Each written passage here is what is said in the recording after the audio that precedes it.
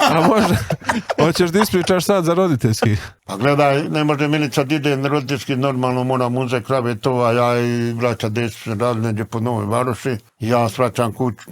Znači roditeljski u srednjoj školi, kad sam u gimnaziju bio. Učio gimnaziju, kasnije na roditeljski sastanak.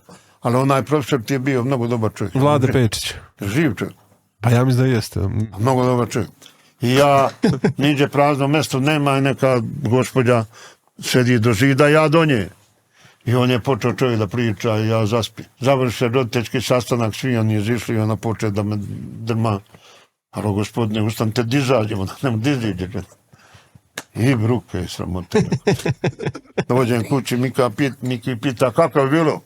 Pa kažu, rekao da je dobar čovjek, da je dobar džaba. To znam, nego šta još, kad idete na ekskurziju? A Mešćin je rekao da ne idete. Niko, kaže, nije ni pomenuo ekskurziju. Zlatiborski podcast.